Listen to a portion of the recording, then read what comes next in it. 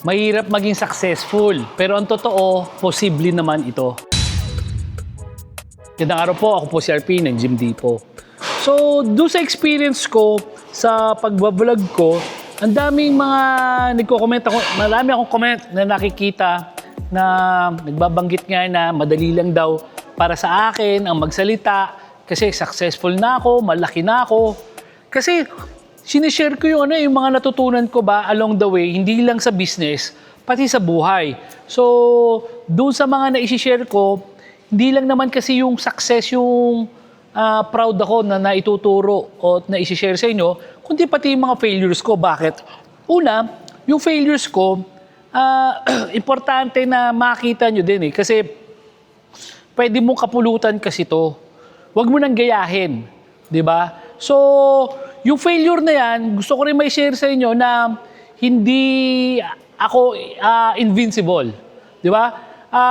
Tinatablan din ako ng mga ganyan, ng mga failures na yan. Pero ang importante, ilang beses ka man mag-fail, ang importante, ganun ka rin karami o mas marami ka pang beses na babangon.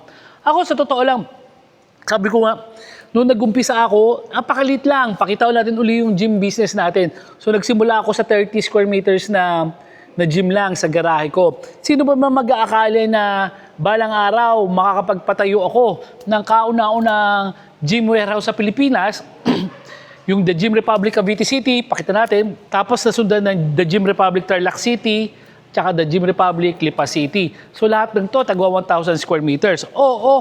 Ngayon, nakikita nyo, maski itong nasa likod ko na mga gamit, itong warehouse na to, ito naman yung Gym Depot, di ba? So, alalaki na nung mga businesses na nakikita nyo. Pero honestly, kung matagal ka na nakasubaybay sa akin, 2008, nagsimula lang kami sa garahe. Yung kauna-unahang gym namin, sa garahe lang. At yung kauna-unahang fabrication namin, nasa kalsada.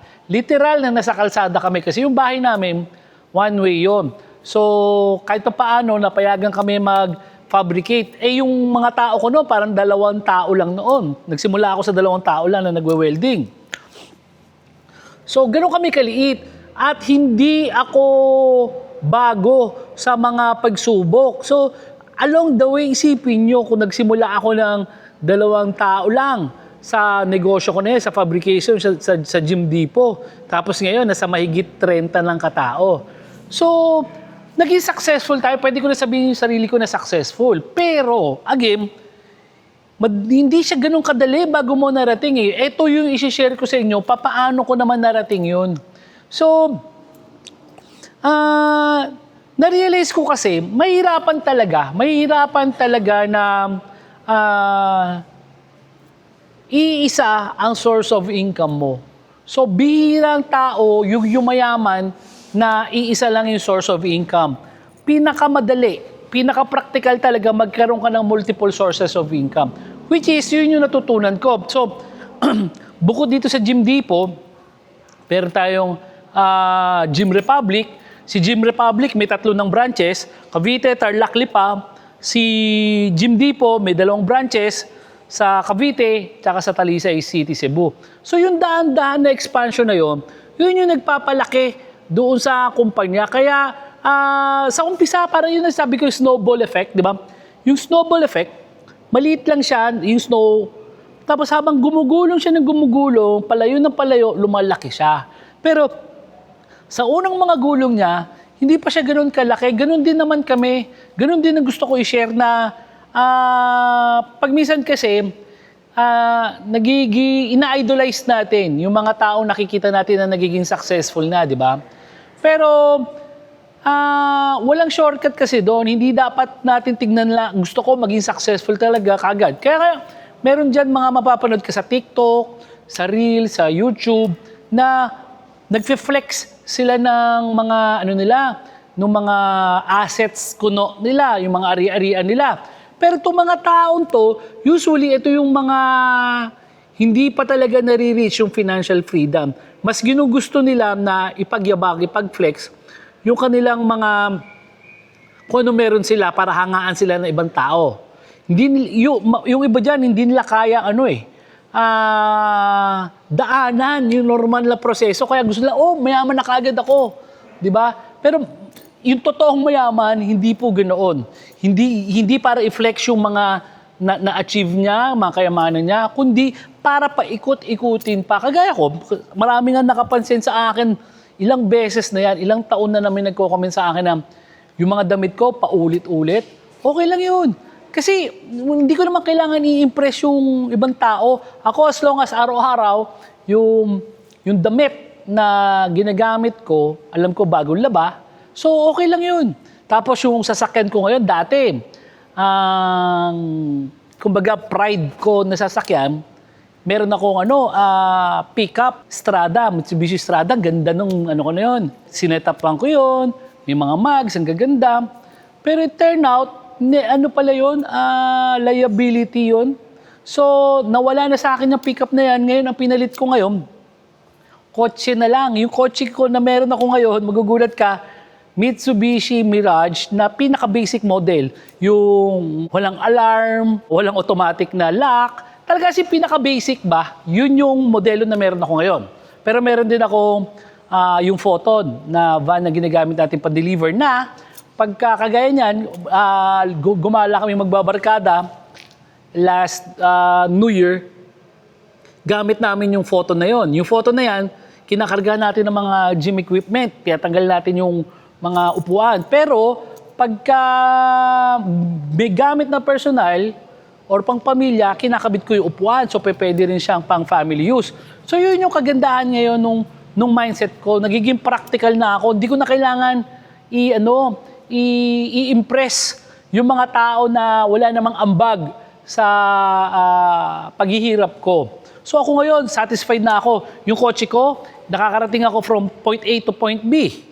So from Cavite to Tarlac, Cavite to Lipa, Tarlac to Lipa, nakakapunta ako, nakakadaan ako, wala akong problema, hindi nasisira kasi brand new naman siya. So okay na ako doon, mas practical ako. So kagaya nitong makikita nyo sa likod, itong proof of completion natin, ito maganda rin yung istorya ng mag-asawa na to. So ito mga gamit sa likod na nakikita nyo na to, package dito na order ni Sir Joaquim ng Malinaw Albay. Ang kagandahan naman nito sa kanila, kagaya na sabi ko, yung multiple sources of income, karamihan sa mga maaga or na naging successful is yung mga tao may multiple sources of income. So, ito sila Sir Joaquim, mag-asawa sila. Ang maganda rito, ito, pareho silang CPA, kundi ako nagkakamali. So, practicing CPA sila, practicing accountant sila. Meron silang accounting firm, di ba? Pero bukod doon, syempre, yung capacity mo kasi sa linya mo ng trabaho, whether doktor ka, abogado ka, negosyante ka, meron ka lang capacity. May maximum lang yan, di ba?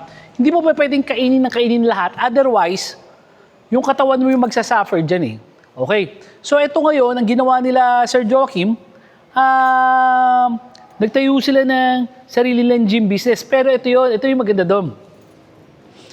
Yung pagtatayo nila ng sariling gym business, yes, nasa isip din nila yung extra income.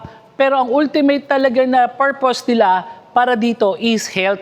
Kasi gusto nila, kumbaga nag-gym sila sa ibang gym, tapos gusto nila mapaganda yung health nila, may mga conditions ata sila. So why not, magtayo na lang sila ng gym, di ba? Kagandahan nito, na pakinabangan na nila yung gym doon sa health nila, which is yung pinaka-importanting kayamanan natin, plus kumikita pa. Ngayon, sipin mo, di ba, may capacity nga kagaya na sabi ko, bawat tao kumita. Ngayon ito, just imagine, kumikita sila sir, tsaka sila ma'am, doon sa professional being a CPA, di ba? Pero, again, on another side, kumikita rin tong gym business nila. So, itong gym business ito, makakapag-provide to ng additional income nang hindi nila kailangan, na 100% na kakainin yung oras nila. Di ba? So, just imagine, kung meron kang kumikita ka dito sa accounting firm mo, tapos kumikita ka sa gym business mo, ano yung pipigil sa'yo na ulitin uli yung process na makapag-ipon, makapag-establish uli ng pangalawa pang gym. So isipin mo, manganganak yung mga gym na yun yung sinasabi kong snowball effect. Okay, unang gym business nila, makakapag-provide ng temporary, ng maliit na ginhawa sa kanila. Di ba? Pero kung iiwasan muna nila yung magastos na pamumuhay at inipon nila yung kikitain ng gym business na to, in 1 to 2 years time, mababawi nila yung puhunan nila rito, pwede na naman magtayo ng pangalawa. Di ba? Kagaya ng sabi ko, kunyari lang na kumikita ng 50,000 pesos isang buwan, itong gym na to. Okay, ipon, isang buwan yun. So after 2 years, na bawi niya yung puhunan niya, inipon niya yun, pwede naman siya magtayo ng isa pang gym business. So sa pangalawang gym business, another 50,000 pesos yung kikitain niya. So dalawang 50,000 na yung kinikita niya. Kung doon sa sitwasyon nila na pareho silang mag-asawa na meron silang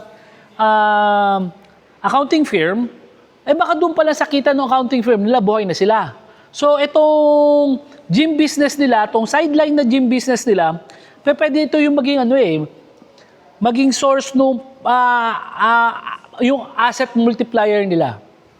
Bakit? Kasi pwede 100% nilang ipunin to. So kung dalawa to, 100,000 na yung kinikita nito. Tapos, mas mabilis mong mababawi yung puhunan mo kasi dalawa na yung nagtutulungan. So kung nakatayo kang dalawa, ano pipigil sa'yo makatayo na tatlo? Na pwede maging 150,000 na. So ganoon din naman yung sa akin. Hindi naman ako magsasalita sa inyo kung hindi rin naman yun ang personal na natutunan ko. So, yung Gym Republic Cavite City, nag-start kami 2013. Tapos, na-realize ko itong mga concept na itong mga multiple sources of income, late na lang. So, 2024, naitayo namin yung sa Tarlac, yung Gym Republic Tarlac City. Inipon namin ng 1 taon yung kita ng Gym Republic Cavite City para makapagtayo ng Gym Republic Tarlac City. So, 1 taon, inabot. Pero ngayon, ito yung malupit. Makikita nyo naman dun sa history namin. Yung Gym Republic Lipa City, hindi na kami inabot ng 1 taon na pag-iipon. 6 months lang na pag-iipon, nakapagtayo kami ng Gym Republic Lipa City. Bakit? Kasi dalawa na yung nagtutulungan na mag-ipon para makabuo ng pangatlo. So, and so on and so forth. So, doon ko nakita, leverage yun eh. Kumbaga, yung leverage, makakatulong sa iyo yan. Kumbaga, minimal effort yung gagamitin mo, pero yung i-exert niyang force, yung effect na mapoproduce niya, mas malaki. So, ito yung mga kapatid na na malaking bagay na makakatulong sa inyo just in case na maisip nyo mag-start sa sarili nyong journey. Again, yung title nung video natin, mahirap talagang maging successful, totoo yan. Pero hindi imposible. Kayang-kaya nyo yan. Nagawa ng ibang tao, kaya nyo rin. Ang kailangan nyo lang dyan talaga, magaling kayo magplano, mahaba ang pasensya nyo, at i-materialize nyo lahat ng nasa plano nyo. Kasi kahit anong ganda ng plano nyo, kung walang action, hindi gagalaw yan, hindi magmamaterialize, wala rin mangyayari. And I hope, itong kila Sir Joaquim, maging successful sila doon sa endeavor nila na napili, na magtatayo na sariling gym business. And hopefully, Sir, kung maliligaw ako ng Albay, maganda ngayon, parang may mga nag-alboroto ata yung mayon, parang maganda yung tignan. Kung may pagkakataon, Sir, dayuhin natin yan, lugar nyo, i-video natin, kasama nung kay Sir Melvin. Para 100 kay Sir Melvin, pati kay Sir Justin. Shoutout kay Sir Justin ng Lucena. So, na-feature din natin yung gamit niya. Kaya maganda yan. Kung di nyo pa napapaload yung kay Sir Justin, i-upload din natin. Hindi ko alam kung na-upload ko na eh. Pero dayun natin yan, si Sir Justin, si Sir Melvin, tsaka si Sir Joaquim. Ako po si RP ng Gym Depot. Gandang araw po.